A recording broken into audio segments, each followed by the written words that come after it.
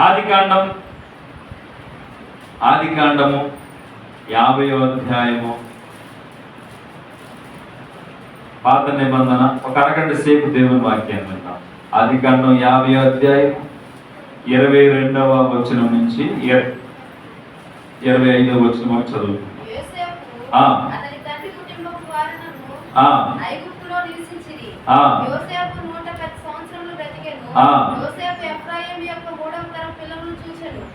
యోసేపు అతని తండ్రి కుటుంబ వారును ఐగుప్తులో నివసించిన. యోసేపు 110 సంవత్సరములు బ్రతికెను. యోసేపు ఎఫ్రాయిము యొక్క 3వ తరము పిల్లలను చూచెను.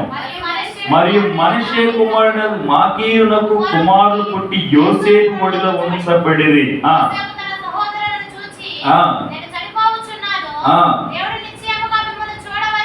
దేవుడు నిశ్చయముగా మిమ్మును చూడవచ్చి ఈ దేశము నుండి తాను అబ్రహాము, ఇస్సాకు, యాకోబులతో ప్రమాణం చేసి ఇచ్చిన దేశమునకు మిమ్మును తీసుకుని పోవని చెప్పాను. మరి యోసేపు దేవుడు నిశ్చయముగా మిమ్మును చూడవచ్చును, అప్పుడు మీరు నా ఎముకలను అక్కడ నుండి తీసుకుని పోవాలని చెప్పి ఇశ్రాయేలు కుమారుల చేత ప్రమాణము చేయించుకొనెను. దేవుడు తన వాక్యం మన వెనుకలో దీవించును గాక. యోసేపును గురించి ఇక్కడ మాట్లాడుతున్న మాటలు, ఇశ్రాయేలులతోనూ తన పిల్లలతోనూ యోసేపు పిలిచి 110వ సంవత్సరంలో చనిపోయాడు. ఇప్పుడు యోసేపు జీవితకాలం ఎంత?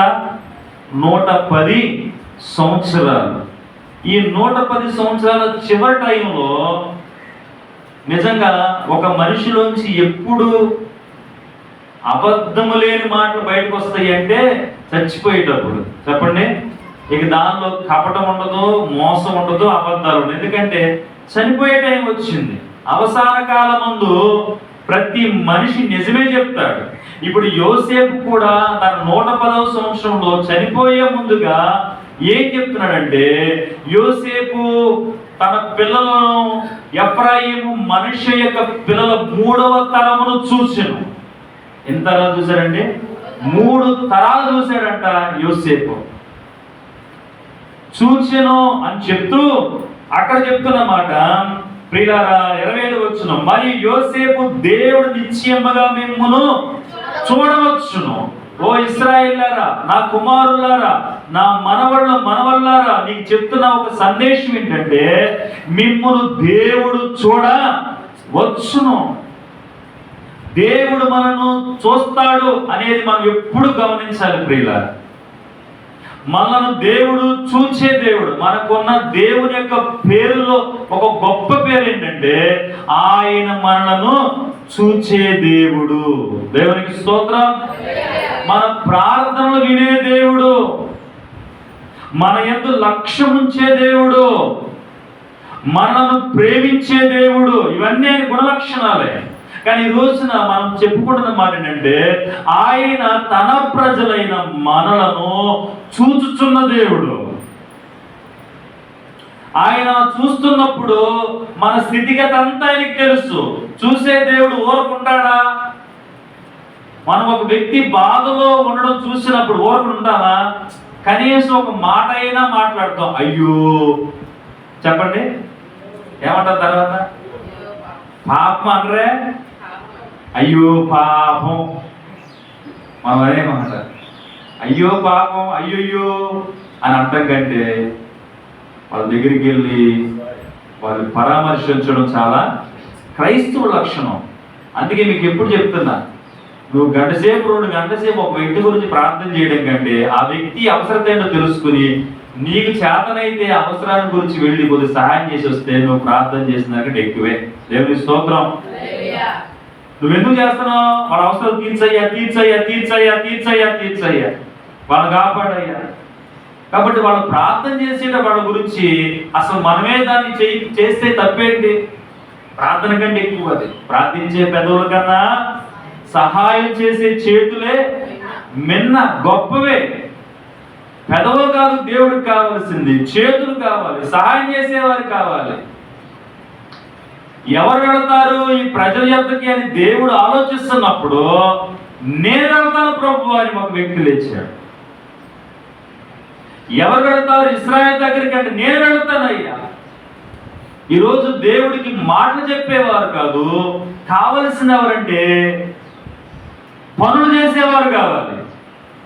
నీవు దేవుని దగ్గరకు వచ్చి మాటలు చెప్పే వ్యక్తిగా ఉండకూడదు. దేవుని దగ్గర ఏదో మాటలు చెప్పి మారేడుకాయకి మసి పూసితే ఒకవేళ పిల్లరా ఆ కాయ పచ్చుకున్న కాయకి నలుపు రంగు పూసినంత మాత్రం అది పండిపోయింది అవ్వదు. అది తింటే దాని రుచి బయటపడుతుంది. కాబట్టి దేవుని పిల్లలమైన మనము మాట చెప్పే క్రైస్తవులు ఉండకూడదు, దేవుని దగ్గర పనిచేసేవారిగా ఉండాలి. ఒక వ్యక్తిని పంపించయ్యా, ఎవరైనా సహాయం చేయడానికి పంపించయ్యా, వాళ్ళతో మాట్లాడయ్యా, వీళ్ళని పంపించయ్యా, మా అయ్యగారిని పంపించయ్యా అని మీరు నేను ప్రార్థన చేయడం కంటే అసలు మనం ఎందుకు వెళ్ళకూడదు? ఇది నా ప్రశ్న. నువ్వే ఎందుకు వెళ్ళకూడదు వాళ్ళ దగ్గరికి? నువ్వే ఎందుకెళ్ళి వాళ్ళతో మాట్లాడకూడదు? ఎందుకు నువ్వు వెళ్ళి వాళ్ళని ఆదరించకూడదు? నువ్వే ఎందుకెళ్ళి నీకు తగిన దానిలో నీకు ఉన్నదానిలో కొంత సహాయం చేయకూడదు? దేవుడికి కావాల్సింది ఆరాధించేవారు మాత్రమే కాదు, అనుసరించేవారు కావాలి. ప్రార్థించేవారు మాత్రమే కాదు, పాటించేవారు కావాలి. మందిరానికి వచ్చేవారు మాత్రమే కాదు, దేవుని పనిని చేసేవారు కూడా కావాలి. ఈరోజు మనం ఇక్కడికి ఎందుకు వస్తున్నామంటే నేర్చుకుని అనుసరిస్తామని, వినడం కోసం కాదు. వింటే ఏం ప్రయోజనం అండి? వినడం వల్ల దాన్ని నువ్వు చేయకపోతే ఏ మేలు ఉండదు. విన్నదాన్ని చెయ్యాలి, అప్పుడే మేలు పొందుకుంటావు. ఇక్కడ యోసేపు చెప్తున్న మాట ఏంటంటే, ఇదిగో ఆయన మనను మిమ్మను చూచే దేవుడు, కాబట్టి మీరు జాగ్రత్తగా ఉండండి అని తన పిల్లలకు, తన మనవళ్లకు, మనవరాలకు 3 తరాలు చూసినటువంటి యోసేపు వారితో మాట్లాడుతూ వస్తున్నాడు. నిజంగా ఎంత గొప్పదనేదంటే, నిజమైన ఆశీర్వాదం ఏంటో తెలుసా? పిల్లల పిల్లల పిల్లల తరాలను చూడటమే. అవునమ్మా, మనవను చూడాలి, ముని మనవను చూడాలి, వాడికి పుట్టిన మనవాడు కూడా చూడాలి. అప్పుడు ఎంతమంది అవుతారు? వాళ్ళు ఏమని పిలుస్తారు? మనవడు, ముని మనవడు. తర్వాత వాళ్ళు ఏమంటారమ్మా? మనకే తెలియట్లా. ఏం చెప్పాలి? జే మనవడాలా? 3-4 తరాల వరకు వారు చూచేదరు. దేవుని యందు భయభక్తులు కలిగి మనం ఉంటే మన పిల్లల మనము చూస్తాం, వారి దీవెను చూస్తాం. ప్రియులారా, ఈరోజు మనం జ్ఞాపకం చేసుకుంటే ఆయన మిమ్మును చెప్పండి ఏం చేస్తున్నాడు? మనల్ని ఆయన చూచే దేవుడు. ఏమేమి చూస్తాడు? ఆదికాండం 7వ అధ్యాయము చూడండి. మీకు క్లుప్తంగానే చెప్పి 11-12 ఈ ఆరాధన కూడికి ముగించబడుతుంది. ఆదికాండం 7వ అధ్యాయం 1వ వచనం చదవండి అమ్మా.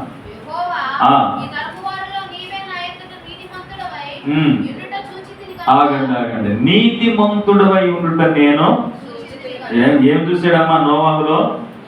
చెప్పాలందరూ. నోవాహులో దేవుడు ఏం చూశాడు?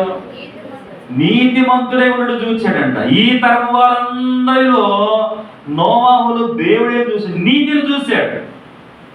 నీతి అంటే ఏం చెప్పాలి? దానికి సమాధానం మీరేం చెప్తారు? అందరూ తప్పు మార్గం ఉంటే నోవాహు తప్పు చేయకుండా ఉన్నాడు. అందరూ పాపం చేస్తున్నారు, నోవాహు పాపం చేయకుండా తను తాను కాపాడుకుంటున్నాడు. ఇది నీతి. దేవుడు చూస్తున్నాడు అందరినీ, దేవుడు తప్పక మేలు చేస్తాడు అందరికీ. చూస్తున్న దేవుడు మౌనం ఉండడు, ఆయన అలక్ష్యం చేయడు, ఆయన దాగుకొనడు, ఆయన నిర్లక్ష్యం వహించడు. కానీ ఆయన తప్పక మన పట్ల జాలి చూపుతాడు, శ్రద్ధ చూపుతాడు, ఆయన త్వరగా వస్తాడు. ఒక మాట చదువుకుందామా? నిర్గమాకాండం దేవుడు చెప్తున్న మాట మోషే ద్వారా. నిర్గమాకాండము తీయండి, ఒక మాట మనకు బాగా అర్థమైంది. దేవుడు ఏం చేశాడు అంటే,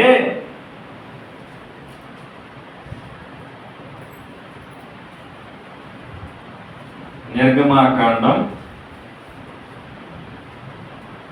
3వ అధ్యాయం 7 నుంచి చూడండి అమ్మా. 7 నుంచి చదవండి. మరియు యెహోవా ఇట్లా నేను జాగ్రత్తగా అందరూ చూడండి, జాగ్రత్తగా వినండి. నేను ఐగుప్తులో ఉన్న నా ప్రజల బాధను నిశ్చయముగా చూచితిని, పదులలో తమ్మును కష్టపెట్టి వారిని బట్టి వారు పెట్టిన మొరను అంటే చూచితిని, తర్వాత రెండోది వింటిని, తర్వాత వారి దుఃఖములు నాకు, మూడవది తెలుసుకున్నాను, 4 కాబట్టి ఐగుప్తుల చేతిలో నుండి వారిని విడిపించుటకును ఆ దేశంలో నుండి విశాలమైన మంచి దేశమునకు అనగా కనానీయులకు, హిత్తీయులకు, అమోరీయులకు, పెరిచ్చీయులకు, హివ్వీయులకు, యోబేసీయులకు నివాస స్థానమై పాలు తేనెలు ప్రవహించు దేశమునకు వారిని నడిపించుటకు దిగి వచ్చాను. అబ్బా, ఎన్ని మాట చెప్తున్నాడు? ఫస్ట్ మాట ఏంటి? చూచితిని, వింటిని, తర్వాత అది కాదు, తెలుసుకున్నాను, 4వదిగా విడిపించితిని, 5వదిగా దిగి వచ్చి తిని. చూడండి ప్రియ దేవుడు, 9వ వచనం కూడా ఇశ్రాయేలు మరణించమని చేరినది ఐగుప్తుల వారు పెట్టుచున్న హింసను చూచితిని కాగా, చూసారు ప్రియ, చూచితిని, వింటిని, దిగి వచ్చి తిని. దేవుడు ఎంత బాగా చెప్తున్నాడంటే, అమ్మా మీరేమనుకుంటున్నారు? మా బ్రతుకులు ఇంతేనా? నా బ్రతుకు ఇంతేనా? మా పిల్లల జీవితాలు ఇంతేనా?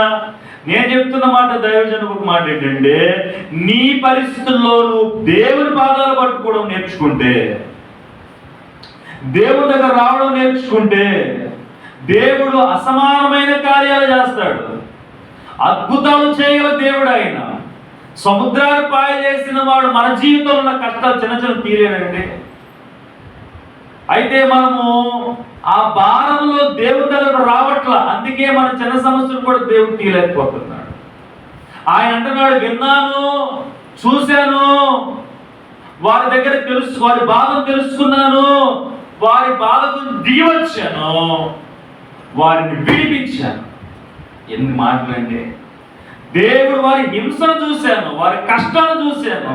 కాబట్టి ప్రియులారా, దేవుడు చూస్తున్నాడు, వింటున్నాడు, ఆయన దిగి వస్తున్నాడు. ఆయన కనికరపడే దేవుడు, ఇంత గొప్ప దేవుడు, మనం నమ్మిన దేవుడు అయినప్పుడు మనం చూస్తున్న దేవుని దగ్గర మనం ఎలా బ్రతకాలంటే చెప్పండి. మొదటి మాట చదువుకున్న నోవాహు ఒక్కడే నీతిమంతుడై ఉండుట చూచితిని.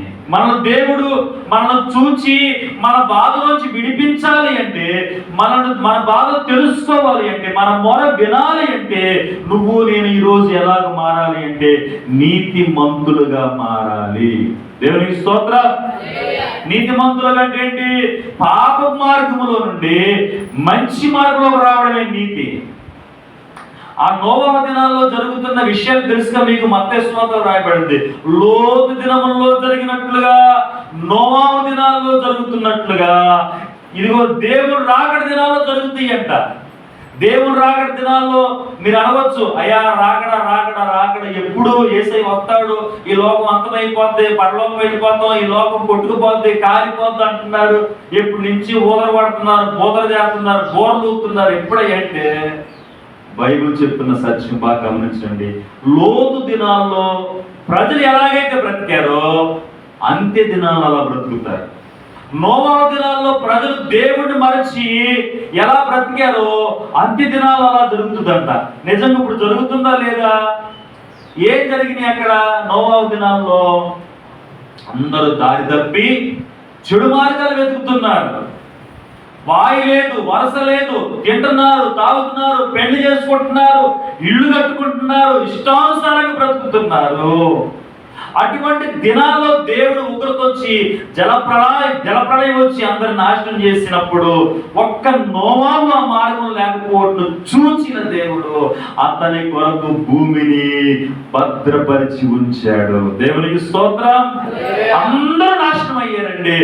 భూమి ఇప్పుడు ఎవరి కోసం? చెప్పాలి. భూమి ఎవరి కోసం? భూమి మీద ఉన్న మనుషులందరూ చనిపోయారా లేదా? చనిపోయారు. ఒకరు లేదు. ప్రపంచమే భూభాగం అంతా మునిగిపోయింది. 40 రోజులు ప్రచండ వర్షంతో కొండలు మునిగిపోయింది. అందరూ చనిపోయారు. ఒక్కడ కోసం దేవుడు మరలా నీరు తగ్గించి భూమిని సిద్ధపరిచి పంట మొలిపించాడు. దేవునికి స్తోత్రం. ఎవరు అంటే నీతిమంతుడైన నోవాహు. ఈరోజు దేవుడు ఎవరిని చూస్తాడంటే నీతిమంతులను చూస్తాడు. అందరితో కలిసేవారిని కాదు, అందరిలో కలవాడిన వారిని, అందరికంటే ప్రత్యేకంగా ఉన్న వారిని. అందుకే ఎప్పుడు చెప్తున్నా మీ అందరితో, మన మాటలో ప్రత్యేకత అదే నీతి, మన ప్రవర్తనలో ప్రత్యేకత కలిగి ఉండాలి, అది నీతి. మన వస్త్రధారణలో ప్రత్యేకత కలిగి ఉండాలి, అది నీతి. అందరూ కట్టుకుంటున్నారు, మనం కట్టుకుంటే తప్పేంటి? అందరూ వెళుతున్నారు, మనం వెళితే తప్పేంటి? లేదు, నీతిని కాపాడుకుంటున్నాం. మనం దేవుని కొరకు ఒక ప్రత్యేకంగా బ్రతుకుతున్నాం. దేవుడు ఎంత ప్రత్యేకంగా తీసుకొచ్చాడు మనకి. ఐగుప్తులో ఉంచొచ్చు, ఐగుప్తులో ఉన్న ఆ ఐగుప్తు ప్రజలందరినీ సంహరించి ఆ దేశాన్ని మనకి ఇవ్వచ్చు దేవుడు. అవునంటారు కాదంటారా? ప్రత్యేకంగా తీసుకురావాలా? ఐగుప్తు రాజును, ఐగుప్తు ప్రజలందరినీ కూడా తెగులు చేసి దేవుడు చంపలేడా? తీసేయలేడు వారిని? వాళ్ళు తీసేసి ఇజ్రాయెల్ ఉంచవచ్చు కదా? కాదు, అది విగ్రహము, ఆచారాలతో, సాంప్రదాయాలతో నింపబడి ఉన్న ప్రాంతం. ఇశ్రాయేలీయులు అక్కడే ఉంటే అవే నేర్చుకుంటారు. కాబట్టి దేవుడు వారిని ప్రత్యేకపరచాలని ఎక్కడ తీసుకొచ్చాడు చెప్పండి? ఇంకా మనం చదువుకుందాం. కనానీయులను, యోబేసీలను, హివ్వీలను, పెరిజీలను, అమాలేకీయులందరినీ ఉన్నటువంటి ఆ స్థలాన్ని ఖాళీ చేయించాడంట. దేవునికి స్తోత్రం. ఆ స్థలానికి ఒక పేరు పెట్టాడు దేవుడు. ఏం పేరు? పాలు తేనెలు ప్రవహించు. చూసారా, దేవుడు మనం చూస్తున్నాడు, నీతిని బట్టి ఆశీర్వదిస్తాడు. నువ్వేం బాధపడబాక, వాళ్ళు అంత బాగున్నారు, మేము ఎలా ఉన్నామేంటని ఇప్పుడు బాధపడబాక. నువ్వు దేవుని కోసం కట్టుబడి ఉన్నావు, నువ్వు ఒక ప్రతిష్ఠించబడ్డావు దేవుని కొరకు. దేవుని కొరకు బ్రతకడానికి దేవుడిని ఎన్నుకున్నాడు ఈ భూమి మీద. దేవుడు జనాంగంగా ఉండడానికి దేవుడు ఇష్టపడుతున్నాడు. కాబట్టి నీవు ఒక ప్రత్యేకమైన వ్యక్తివి. హిందువుకి వచ్చినప్పుడు హిందువులాగా మారిపోతే, సాంప్రదాయాల్లో సాంప్రదాయబద్ధంగా ఉంటే, ఆచార విషయంలో ఆచారంగా మారిపోతే, పెళ్లిళ్ళ విధంగా ఆ అన్ని సాంప్రదాయం మారిపోతే, ప్రియులారా, మనం ఏ నీతిని కాపాడుకుంటున్నాం? మనం నీతిమంతులుగా లేని దేవుని పిల్లలారా, మనం ఒక ప్రత్యేకించబడిన వారిని గుర్తుంచుకుంటే, చూడండి ప్రియులారా, అందరిని నాశనం చేయడానికి ముందుగానే నోవాహును దేవుడు చూచి తన కొరకు ఓడను సిద్ధపరిచి తనను తన ఇంటి వారిని కాపాడాడు. కాబట్టి ఎవరు నీతిగా బ్రతుకుతారో దుష్టతరములో, పాపపు లోకంలో, వారికి దేవుడు ప్రత్యేకమైన జీవితాన్ని, ఆశీర్వాదం తనకు తన కుటుంబానికి ఇస్తాడు. దేవునికి స్తోత్రం. 31వ అధ్యాయం ఆదికాండం 31వ అధ్యాయము 12వ వచనం చదవండి అమ్మా.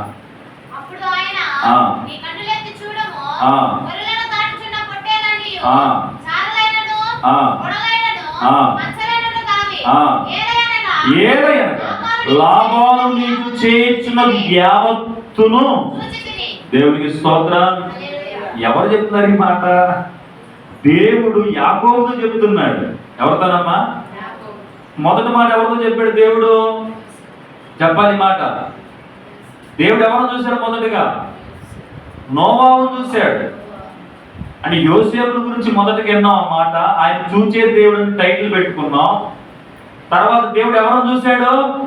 నోవాహును చూశాడు. ఆయన చూస్తాడు అని నిదర్శనంగా కొన్ని రుజువులు చెప్పా. నిర్గమాకాండంలో ఇశ్రాయేలును చూశాడు, వారి మొరను విన్నాడు, వారి కొరకు దిగి వచ్చాడు, వారిని ఆదరించని చెప్పాను.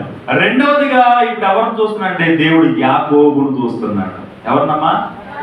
యాకోబు మేనమామ దగ్గర యాకోబు తన మేనమామైన లాబాను దగ్గర 20 ఏళ్ళు కురువు చేశాడు. ఎంతకాలం? ఎందుకు చేసినట్టు? రాహేలు ప్రేమించాడు. రాహేలు ప్రేమించినప్పుడు మామయ్య ఏం చేశాడు? అల్లుడిని మోసం చేశాడు. పిల్లరా, ఈ పిల్లల కన్న వాటన్నింటినీ కూడా యాకోబుకి ఇచ్చాడు.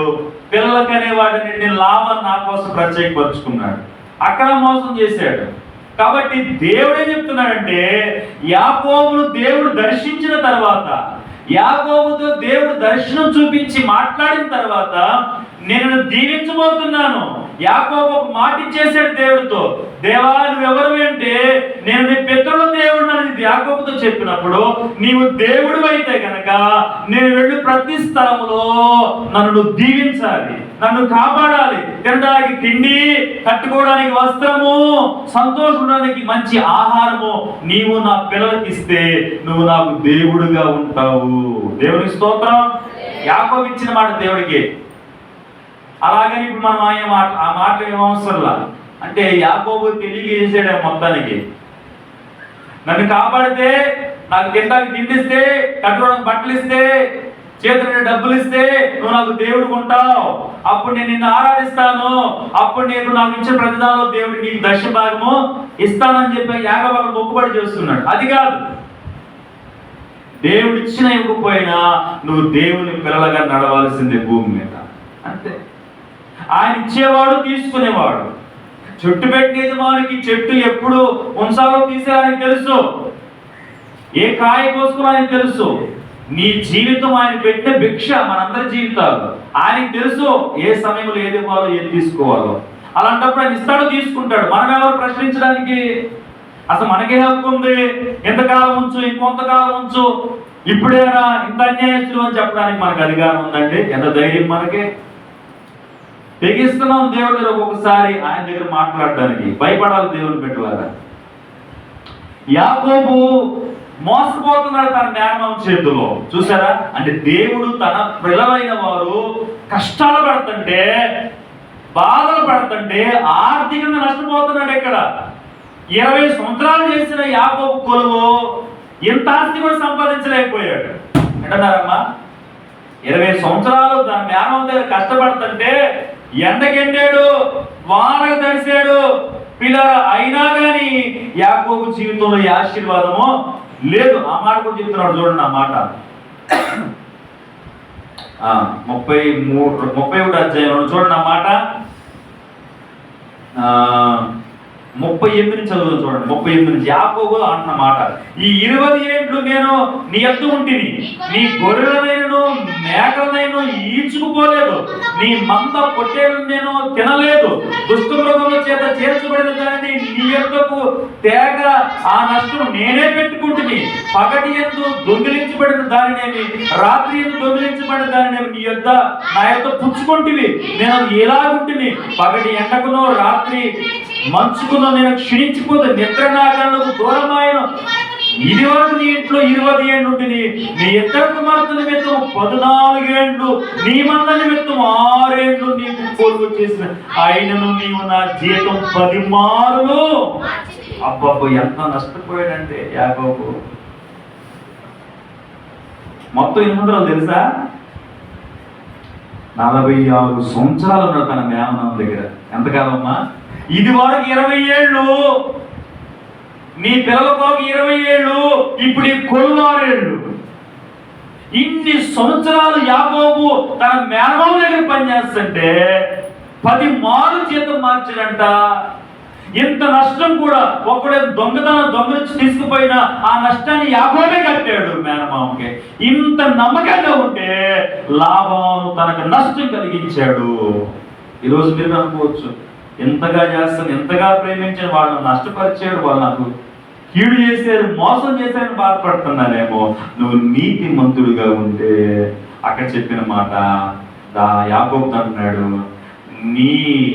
నీకు చేయించినది యావత్తును నేను చూస్తాను. 12వ వచనంలో, లాభాను నీకు చేసేది యావత్తును యాకోబు నేను చూశాను, నీ కష్టాన్ని చూశాను. మన కష్టం దేవుడు చూస్తున్నాడంటే మన బాధను చూస్తున్నాడు. ఎందుకు మనము నిరుత్సాహపడాలి, అన్యుల్లాగా మాట్లాడాలి, అన్యుల్లాగా ప్రవర్తించాలి? గమనించాలి ప్రియులారా. ఇశ్రాయేలు బాధను చూశాడు, యాకోబు జరిగిన మోసాన్ని చూశాడు, నోవాహు నీతిని చూస్తూ ఉన్నాడు. దేవుని బిడ్డలారా, చూద్దామా? మరి మాట చూసుకుని ముగించేస్తున్నాం. చూడండి, హిజ్కియా కన్నీళ్లు చూశాడంట. 2వ రాజు గ్రంథం, మీకు తెలుసు ఈ మాట, 20వ అధ్యాయము 5వ వచనం. 2వ రాజు గ్రంథం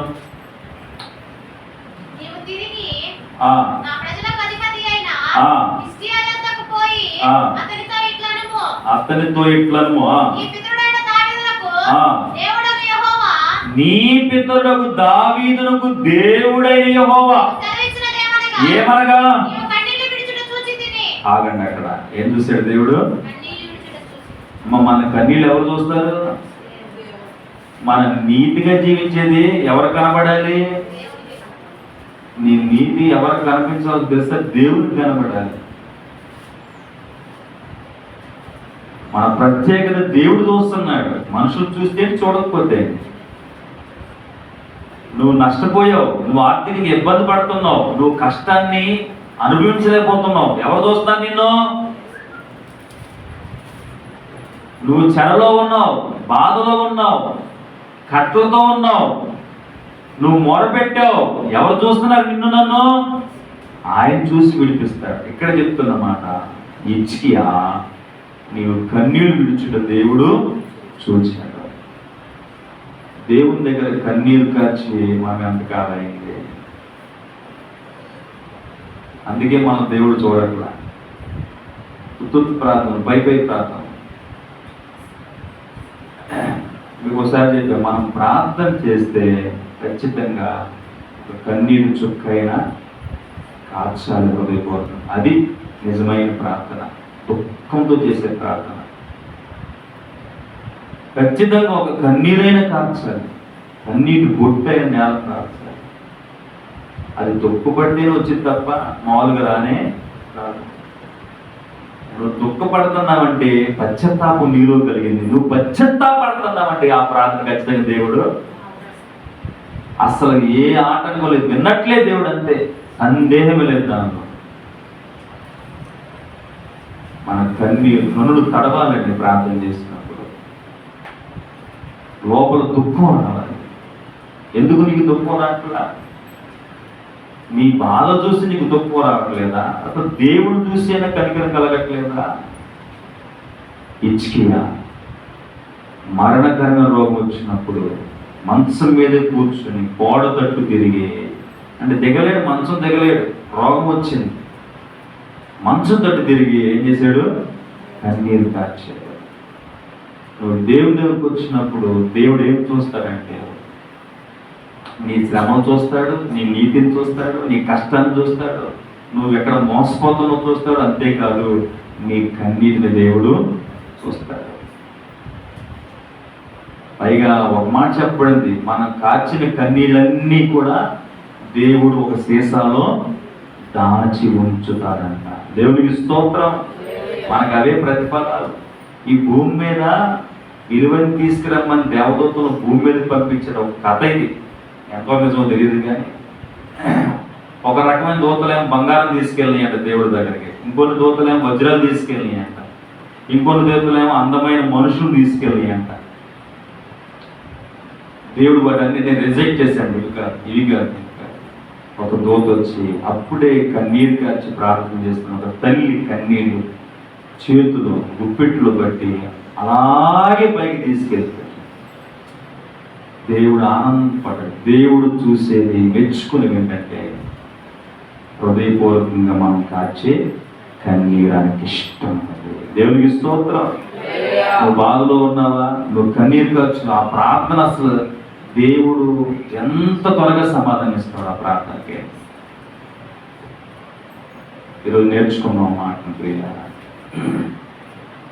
కన్నీళ్లు కలుగుతాం, ఆ దేవుడు చూస్తాడు, నీతిని చూస్తాడు, కష్టాన్ని చూస్తాడు. అమ్మా, మన కన్నీటిని చూస్తాడు, మన బాధలు చూస్తాడు. ఆయన చూసి మౌనం ఉండేవాడు. ఆఖరి మాట యోహాను సువార్త 5వ అధ్యాయము 38 ఏళ్ల నుంచి. ఎప్పటి నుంచమ్మా? అబ్బో, మంచి సీనియర్ అన్నమాట. మనం కూడా సంఘంలో విశ్వాస సీనియర్. 5వ అధ్యాయము చదవండి, 5-6 వచనాలయ్యా.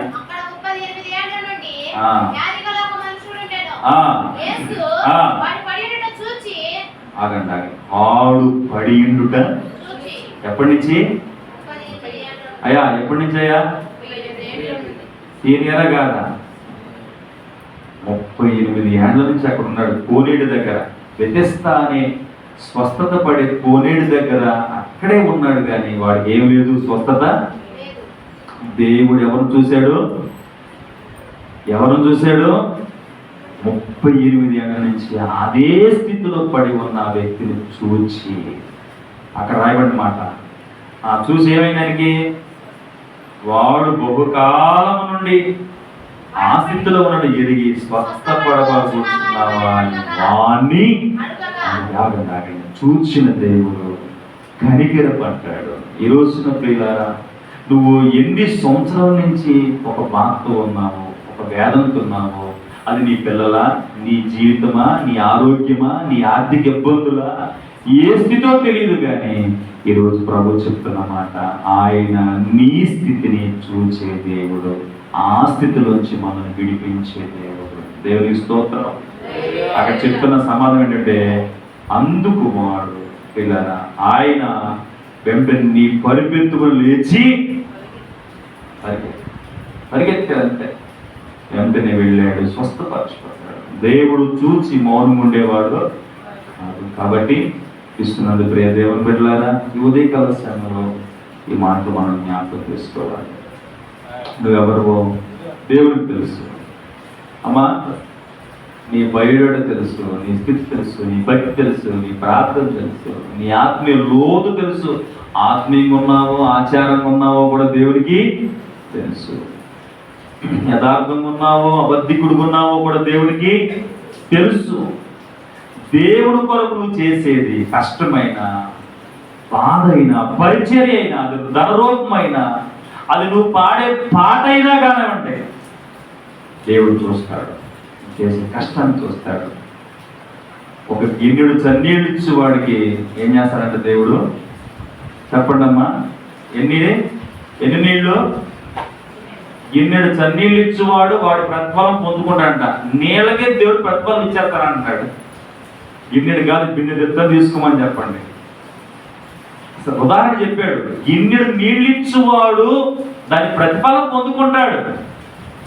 నీళ్ళు ఇస్తే ప్రతిఫలం నీకు దేవుడు ఇస్తానంటే, నువ్వు దానికంటే ఎక్కువ చేస్తే దేవుడు మౌనంగా ఉంటాడా?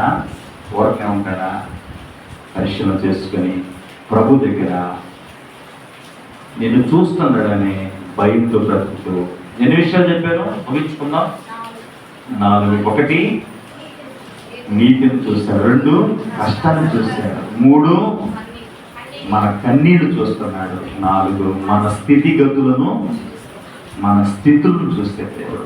నువ్వు ఎలా ఉన్నావు, ఎప్పటి నుంచి ఉన్నావు, ఏ బాధ ఉన్నావు చూసి, మీరు చదివిన మాటలో నోవాహును చూసి వాడ కట్టింపజేశాడు, ఇశ్రాయేలును చూసి వారి బాధ నుంచి వారిని విడిపించాడు, కన్నీటిని చూసి 15 సంవత్సరాల ఆయుష్నిచ్చాడు, 38 ఏళ్ళ నుంచి వాడు ఆసక్తిలో పడి ఉండడం చూసి వాడిని లేపి వారి వరకు ఎత్తుకుని నడిపించి స్వస్థపరిచాడు.